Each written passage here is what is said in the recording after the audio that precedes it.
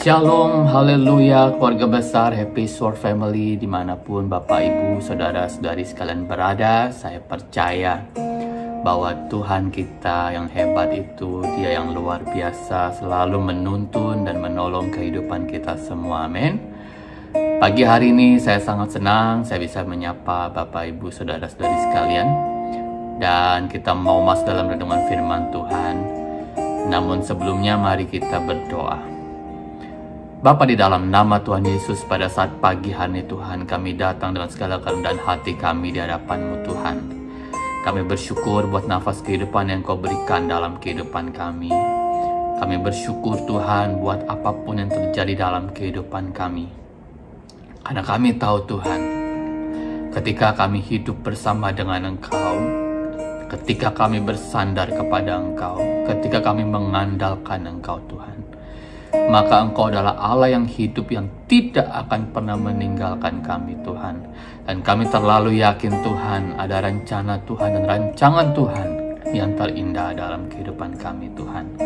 Pagi ini Roh Kudus kuasai hati, pikiran, dan perasaan kami. Ampuni kami Tuhan, sucikan dan kuduskan kami Tuhan, untuk kami boleh mengerti firman Tuhan pada saat pagi hari ini ya Tuhan. Dan Roh Kudus, Engkau yang mengurapi hamba-Mu, mengurapi semua jemaat, mengurapi semua pelayan-pelayan Tuhan, buat semua jemaat Tuhan dimanapun mereka berada Tuhan. Biarlah Tuhan dimuliakan, Tuhan ditinggikan, dan kami semua Tuhan boleh menjadi anak-anak Tuhan yang selalu diberkati dan dimenangkan. Karena kami Tuhan adalah anak-anak Allah, yaitu Allah yang hidup. Dan kami bersyukur Tuhan, pagi hari ini kami serahkan kehidupan kami dalam tangan Tuhan. Dan kami mau mendengarkan firman Tuhan dalam nama Tuhan Yesus. Sama-sama kita katakan, amin. Haleluya. Bapak, Ibu, Saudara-saudari sekalian, saya bersyukur saya bisa menyapa Bapak, Ibu, Saudara-saudari sekalian. Waktu lalu dalam renungan sebelumnya, saya dalam keadaan yang diberkati, saya bilang. Meskipun COVID, tetap saya bilang saya diberkati. Kenapa saya mau katakan? Penyakit boleh ada, kesusahan boleh ada, tapi itu tidak membuat saya untuk saya tidak melayani Tuhan, ataupun saya tidak memberitakan kebenaran firman Tuhan. Saudaraku di dalam Tuhan, selama kita masih kuat, selama kita masih bernafas, biarlah hidup kita mau pakai buat kemuliaan Tuhan, amin. Dan kita percaya bahwa ketika kita bersandar sama Tuhan, meskipun kita ada di ujung maut, saudaraku dalam Tuhan, saya percaya bahwa tangan Tuhan yang hebat itu, Dia tidak akan pernah membiarkan engkau terjatuh. Haleluya. Pagi hari ini, firman Tuhan yang mau saya sampaikan adalah firman Tuhan yang sering kali Bapak dan Ibu Gembala kita utarakan dalam setiap pertemuan. Akhir-akhir ini saya sering mendengar Bapak Ibu Gembala mengatakan bahwa hidup bagi Kristus dan kematian adalah keuntungan. Saudaraku di dalam Tuhan, pagi hari ini saya ingin menyampaikan kebenaran firman Tuhan melalui ayat firman Tuhan ini. Tema ini buat saya juga adalah tema yang luar biasa. Bahwa betul, kalau kita hidup bagi Kristus, maka kematian adalah suatu keuntungan. Amin. Saudaraku di dalam Tuhan, ada banyak orang Kristen gak mengerti maknanya apa. Bukankah kematian itu adalah kesedihan? Bukankah kematian itu adalah hal yang sangat berduka? Makanya saudaraku dalam Tuhan, saya kalau ada berita duka cita, saya tidak pernah mengatakan turut berduka cita. Kenapa? Karena saya tahu itu adalah awal kebahagiaan hidup di dunia yang kekal bersama dengan Yesus Kristus. Amin. Itu adalah perjumpaan awal kita bertemu dengan Tuhan. Jadi kalau kita di dalam Tuhan, hidup di dalam Kristus, Tuhan katakan bahwa kematian itu bukanlah hal yang menakutkan. Tetapi kita tahu memang tempat kita bukanlah di sini, bukan di dunia ini, saudaraku dalam Tuhan. tempat kita yang abadi, yaitu bersama dengan Bapa di surga. Amin. Nah, yang jadi pertanyaan adalah, hidup bagi Kristus. Apakah saya setiap hari ke gereja, setiap minggu ke gereja, setiap kali saya melayani Tuhan, apakah betul itu saya hidup bagi Kristus? Ya, bisa dikatakan seperti itu. Bisa juga enggak, saudaraku dalam Tuhan. Karena ada banyak orang datang ke gereja, itu cuma karena formalitas, kewajiban. Ada banyak orang yang melayani Tuhan. Kenapa? Ya karena dia pengen show off dan sebagainya. Ada juga banyak orang yang datang ke gereja, dia seolah-olah setia, dia rajin, padahal sebenarnya ya, dia tidak memperhatikan Tuhan dalam kehidupannya. Dia cuma pengen melihat orang, dia hanya melihat sekelilingnya. Tanpa dia sadari, kehidupan yang demikian bukanlah hidup bagi Kristus.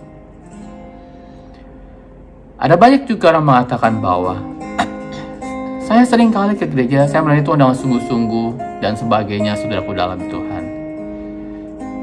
Tetapi mengapa hidup saya penuh dilema? Mengapa hidup saya penuh dengan sekali problem? Mengapa hidup saya penuh sekali dengan segala persoalan kehidupan? Saudaraku dalam Tuhan, ketika engkau hidup bagi Kristus, engkau tahu makna panggilan hidupmu di dalam Tuhan. Ketika kita ada di dunia ini, saudaraku dalam Tuhan, panggilan kita adalah panggilan untuk menderita, sebagaimana Kristus juga menderita. Mengapa? Karena dunia tidak suka dengan kita, anak-anak Tuhan. Makanya saudaraku dalam Tuhan, firman Tuhan berkata bahwa kalau engkau mau mengikut aku, sangkal dirimu, pikul salib, dan ikut aku. Amin. Nah, pagi hari ini, firman Tuhan dalam Filipi 1 ayat 21, yaitu karena bagiku hidup adalah Kristus, dan mati adalah keuntungan. Amin. Nah, bagaimana hidup bagi Kristus yang dimaksud? Nah, ini yang penting ya. Saya ingin jabarkan ini secara cepat melalui renungan pagi hari ini. Dan saya berharap Roh Kudus memimpin saudara, menolong saudara untuk mengerti bahwa bagaimana hidup bagi Kristus yang dimaksud tersebut. Yang pertama, saudaraku dalam Tuhan, dimulai dengan percaya sungguh-sungguh kepada Tuhan. Ketika engkau bisa hidup bagi Kristus, diawali dengan percaya sungguh-sungguh kepada Tuhan. Di dalam kitab Yohanes 1 ayat 12 sampai dengan 13 dikatakan, tetapi semua orang yang menerimanya diberinya kuasa untuk menjadi anak-anak Allah, yaitu mereka yang percaya dalam namanya. Orang-orang yang diperanakan bukan dari darah atau dari daging, bukan pula secara jasmani oleh keinginan seorang laki-laki, melainkan dari Allah. Amin. Nah, saudaraku di dalam Tuhan, ketika engkau mempunyai dasar percaya yang baik kepada Tuhan, sungguh-sungguh kepada Tuhan, maka engkau bukan lagi disebut sebagai manusia biasa, tetapi engkau disebut sebagai anak-anak Allah. Nah, anak-anak Allah artinya apa? Saudara punya hubungan yang dekat dengan Tuhan, yang sangat intim dengan Tuhan, karena saudara sudah bukan lagi dianggap sebagai anak yang tidak dianggap atau anak yang tidak diketahui Allah, tetapi saudara benar-benar melekat dan menjadi anak-anak Allah. Jadi hidup bagi Kristus dimulai dengan percaya sungguh-sungguh di hadapan Tuhan. Amin. Nah, yang kedua, bagaimana hidup bagi Kristus yang dimaksud? Firman Tuhan memberitahukan kepada saya yang kedua, yaitu saudara harus sadar betul bahwa saudara tidak akan dapat hidup tanpa Tuhan. Amin. Itu baru disebut saudara hidup bagi Kristus. Jadi saudara mengabdi kepada Kristus karena saudara tahu bahwa tanpa Dia engkau tidak ada apa-apanya. Amin. Di dalam kitab Yohanes 15 ayat yang keempat berkata, tinggallah di dalam aku dan aku di dalam kamu.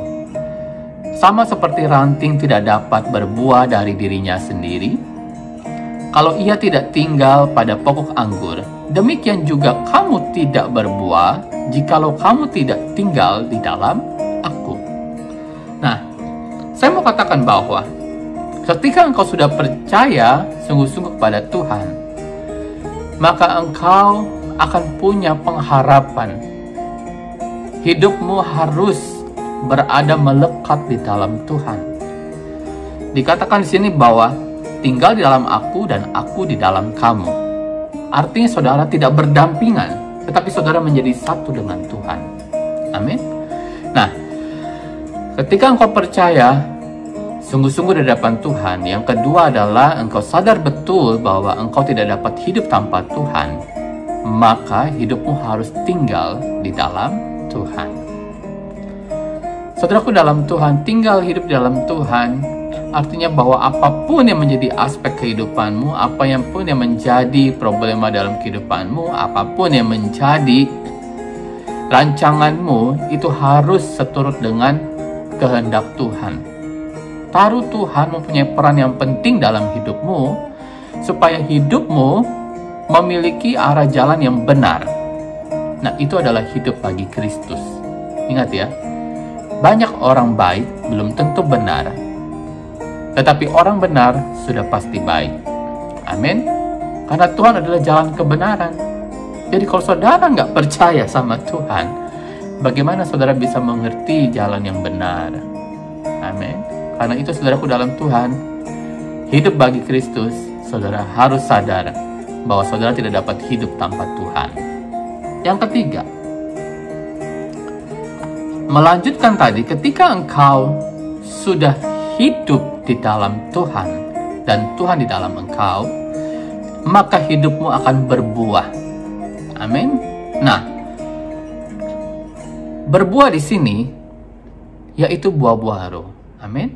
Hidupmu bukan lagi hidup dalam kedagingan, tetapi hidupmu hidup di dalam roh. Nah, hidup bagi Kristus adalah hidup di dalam roh dan kebenaran. Amin. Di dalam kitab Galatia pasal yang ke-5 ayat 19, dikatakan bahwa perbuatan daging telah nyata, yaitu percabulan, kecemaran, hawa nafsu, penyembahan berhala, sihir, perseteruan, perselisihan, iri hati, amarah, dan sebagainya. Saudaraku dalam Tuhan, saudaraku dalam Tuhan, ini adalah perbuatan-perbuatan yang tidak dilakukan oleh orang yang hidup di dalam Kristus. Orang yang hidup dalam Kristus, dia mematikan kedagingannya, dia hidup menurut roh, yaitu roh Tuhan, roh kudus.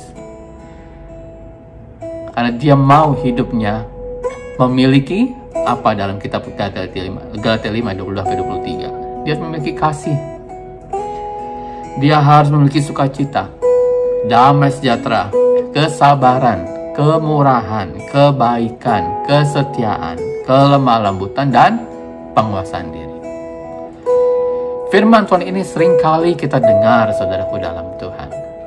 Namun, prakteknya ini yang paling penting, saudaraku dalam Tuhan. Hidup bagi Kristus artinya adalah hidup di dalam kasih. Amin. Hidup bagi Kristus artinya saudara hidup di dalam sukacita. Sekalipun dalam keadaan yang berat, problem yang berat, sakit yang berat, tetap kita mau sukacita. Kenapa? Karena Tuhan Yesus yang hebat itu, Dia mengerti apa yang kita butuhkan, apa yang kita perlukan di dalam kehidupan ini. Saudaraku dalam Tuhan, paling penting dalam kehidupan ini yaitu bagaimana kita bisa mempraktekkan hidup bagi Kristus itu menjadi sesuatu hal yang terpenting dalam kehidupan kita. Supaya apa? supaya saudara tidak takut COVID, saudaraku dalam Tuhan. Ada banyak orang yang mulai bimbang. Bahkan ada banyak orang yang komplain, "Mengapa Tuhan Engkau kasih aku penyakit COVID? Kenapa Tuhan ada banyak keluargaku yang meninggal karena COVID?" Dan sebagainya. Saudaraku di dalam Tuhan, saya mau katakan bahwa apapun yang terjadi dalam kondisi sekarang ini, kalau kita masih hidup, itu artinya saudara masih dipercaya oleh Tuhan untuk memberitakan kabar sukacita, kabar kebaikan. Supaya banyak orang dia mengerti apa itu hidup bagi Kristus. Supaya ketika ada kematian yang mungkin akan dilalui oleh setiap orang, dia tahu bahwa kematiannya adalah bukanlah hal yang terakhir, tetapi itu adalah keuntungan. Kenapa? Karena sepanjang hidupnya di bumi, dia telah melakukan kehidupan yang baik, yang berkenan di hadapan Tuhan, yaitu hidup bagi Kristus. Amin. Nah, yang kedua, apa sih? Kenapa kematian itu disebut keuntungan? Paulus kadang-kadang kita berpikir ya, kok bisa ya Paulus berkata demikian?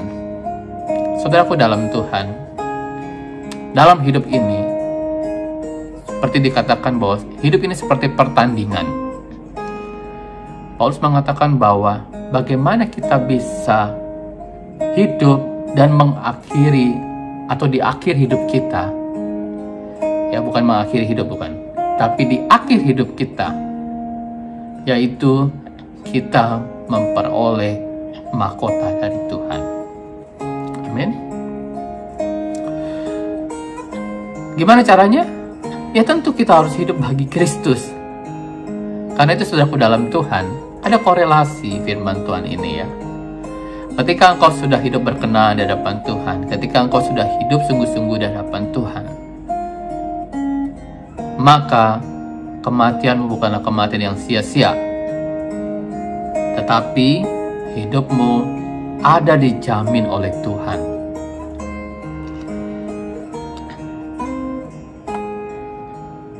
Kematian dalam Kristus, di dalam kitab Yohanes 11 ayat 11, kematian orang percaya berarti tidur. Ketika Maria dan Marta mengirim kabar kepada Yesus bahwa Lazarus sudah mati, maka Yesus berkata kepada Lazarus, "Sudah tertidur." Bukan mati, saudaraku dalam Tuhan. Hal yang sama Allah pernah katakan dalam Daniel 12 ayat 2. Kematian bagi orang percaya itu adalah tertidur.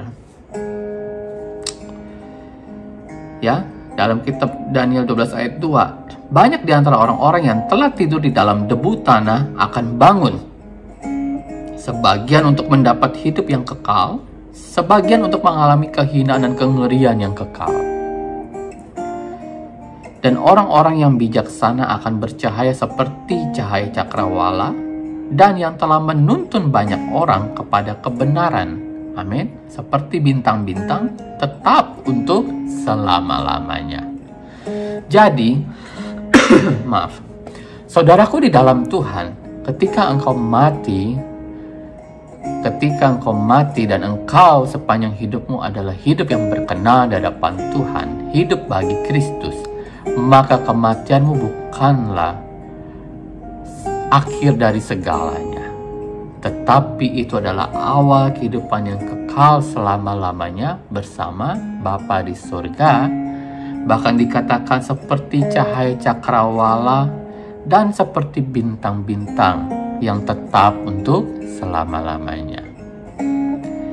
Yang kedua, di dalam kitab Wahyu 14 ayat yang ke-13, kematian dalam Kristus adalah sebuah istirahat yang membahagiakan. Mereka yang di luar Kristus justru menganggap sebagai penderitaan yang kekal. Tetapi bagi orang yang percaya, kematian merupakan istirahat yang membahagiakan. Artinya apa? Tuhan katakan sudah cukup waktunya engkau kembali untuk hidup bahagia bersama Bapa di sorga. Jadi saudaraku di dalam Tuhan, saya mau katakan bahwa ketika engkau hidup berkenan di hadapan Tuhan, hidup bagi Kristus, maka saudara tahu bahwa kematian juga adalah kebahagiaan. Yang ketiga, apa itu kematian bagi Kristus yang merupakan keuntungan? Kematian menjadi saat yang menyenangkan ketika dibawa ke Firdaus. Nah, saudara ingat mengenai kisah penyaliban Kristus, ya?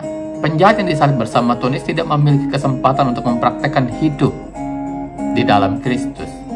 Namun karena ia percaya, maka ia dibawa ke Firdaus bersama Yesus. Jadi saudaraku di dalam Tuhan, saya mau katakan bahwa, again, saya katakan, percaya sungguh-sungguh dengan Tuhan, itu adalah awal bagaimana saudara hidup berkenan, hidup bagi Kristus. Jadi ketika saudara dengar firman Tuhan pada saat pagi hari ini, saudara yang setengah-setengah, saudara yang som-som kuku ikut-ikut Tuhan, ya, saya mau katakan bahwa bertobat. Kalau kita lihat ya situasi saat ini, gak mudah saudara untuk kita lewati. Saya mengalaminya. Bagaimana saya diberkati Tuhan. Kalau saudara tahu, waktu saya menyampaikan renungan pada saat waktu lalu, itu sebenarnya secara manusia saya gak kuat. Sampai saya harus menangis saudaraku dalam Tuhan. Saya katakan, Tuhan, Engkau Allah yang hebat. Aku tidak mau takut dengan COVID. Aku tidak mau diperbudak oleh COVID. Aku tidak mau hidupku diberdayakan oleh COVID. Tetap saya mau teguh melayani Tuhan. Apa yang terjadi saudaraku dalam Tuhan?